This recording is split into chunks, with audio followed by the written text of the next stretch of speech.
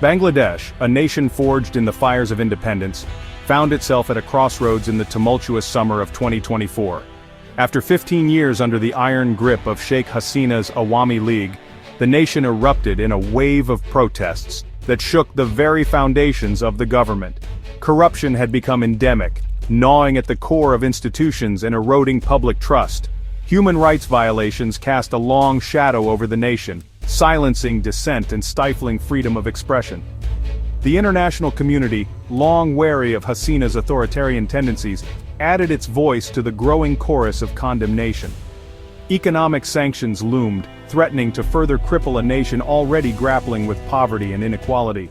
In a stunning turn of events, Hasina's grip on power finally crumbled. The reign of the Iron Lady had come to an end, ushering in a period of uncertainty and trepidation, but also one of hope and the tantalizing possibility of a new beginning. As Bangladesh reeled from the aftershocks of Hasina's downfall, a sense of urgency gripped the nation. A power vacuum loomed, threatening to plunge the country into chaos. It was in this hour of need that the nation turned to a figure of towering moral authority and international acclaim, Muhammad Yunus. Yunus, a Nobel Peace Prize laureate and the pioneer of microfinance, was no stranger to challenging the status quo. Despite his initial reluctance, Yunus heeded the call of his nation. He accepted the mantle of leadership, becoming the chief advisor of the interim government, tasked with guiding Bangladesh through a delicate transition. His appointment was met with a mix of cautious optimism and a surge of hope. Younus, with his quiet demeanor and unwavering belief in the power of the people, embarked on the daunting task of rebuilding trust and laying the foundation for a more just and equitable Bangladesh. While Younus's appointment was broadly welcomed, a current of skepticism ran beneath the surface of optimism. Whispers of elite reshuffle circulated, fueled by the deeply entrenched cynicism that had taken root after years of broken promises and unfulfilled aspirations. Critics questioned whether this transition represented a true break from the past, or merely a changing of the guard within the ruling elite.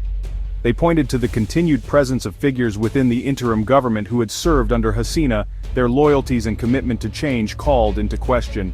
The specter of the Awami League, despite its fall from grace, continued to loom large. Many questioned whether Younus, a man known for his integrity but lacking a political machine of his own, could truly dismantle the structures of power that had benefited the few at the expense of the many.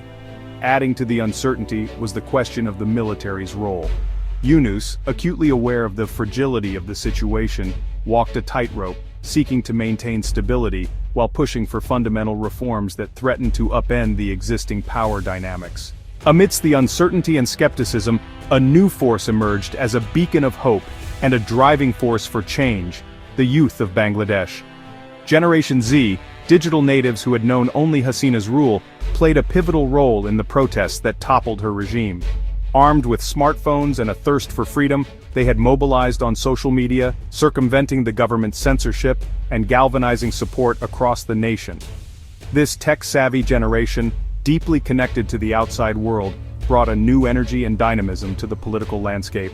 Younus recognized the transformative potential of this youthful energy. He actively engaged with young activists, listening to their concerns and incorporating their ideas into his reform agenda. International relations in a time of change.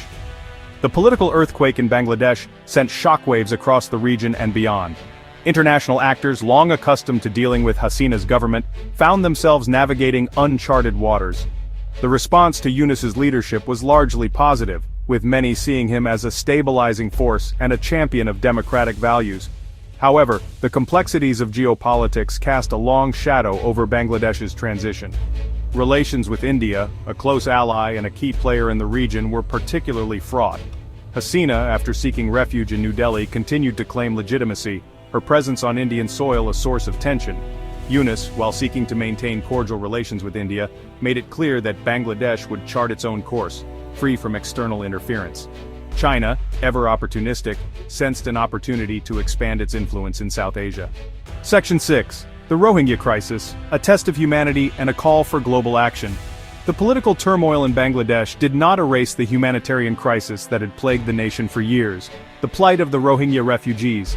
Over 1 million Rohingya, victims of ethnic cleansing and genocide in neighboring Myanmar, had sought refuge in Bangladesh, placing a tremendous strain on the country's already limited resources. Younus, a vocal advocate for the Rohingya, used his platform to call for greater international pressure on Myanmar to create conditions for their safe and dignified return.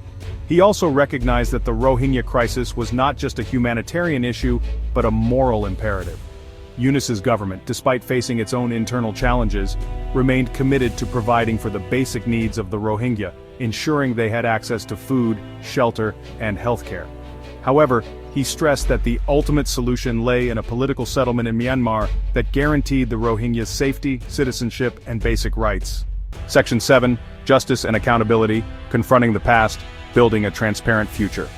As Bangladesh embarked on a new chapter, there was a growing demand for justice and accountability. Younus recognized that true reconciliation could only occur if those responsible for past crimes were held accountable. He established a Truth and Reconciliation Commission tasked with investigating past abuses and providing a platform for victims to share their stories. The commission, composed of respected judges, lawyers, and human rights activists, was granted broad powers to summon witnesses and access government documents. Parallel to the Truth Commission, the judiciary began the arduous task of prosecuting individuals accused of corruption and human rights violations. Younus, committed to upholding the rule of law, pledged to support the judiciary's independence and provide the necessary resources to ensure fair and impartial trials. He understood that the credibility of the transition hinged on the perception that justice would be served, regardless of political affiliation or social standing. Section 8, Beyond Microfinance. Younus's vision for a new economic paradigm. Muhammad Yunus, the banker to the poor, brought to his new role a profound critique of the prevailing economic order. He argued that the relentless pursuit of profit maximization, the cornerstone of neoliberal capitalism, had created vast inequalities and fueled social unrest.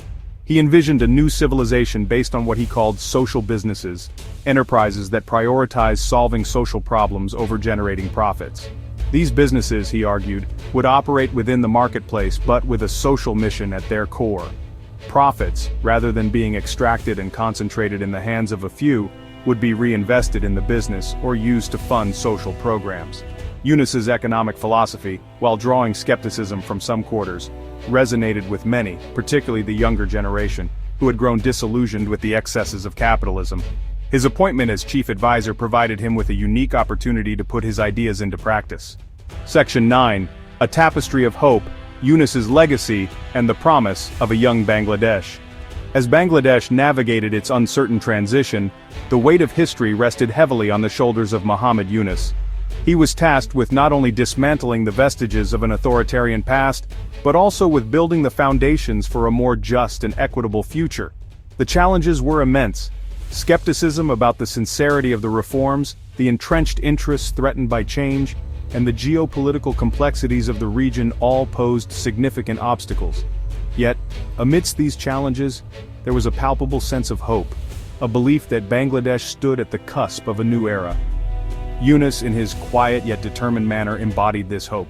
His life's work had been dedicated to empowering the poor and challenging the status quo. He understood that true progress could only come from the bottom up, from empowering individuals and communities to take control of their own destinies. The future of Bangladesh, Younus believed, rested in the hands of its young people, a generation that had come of age in the digital era, connected to the world, and hungry for change.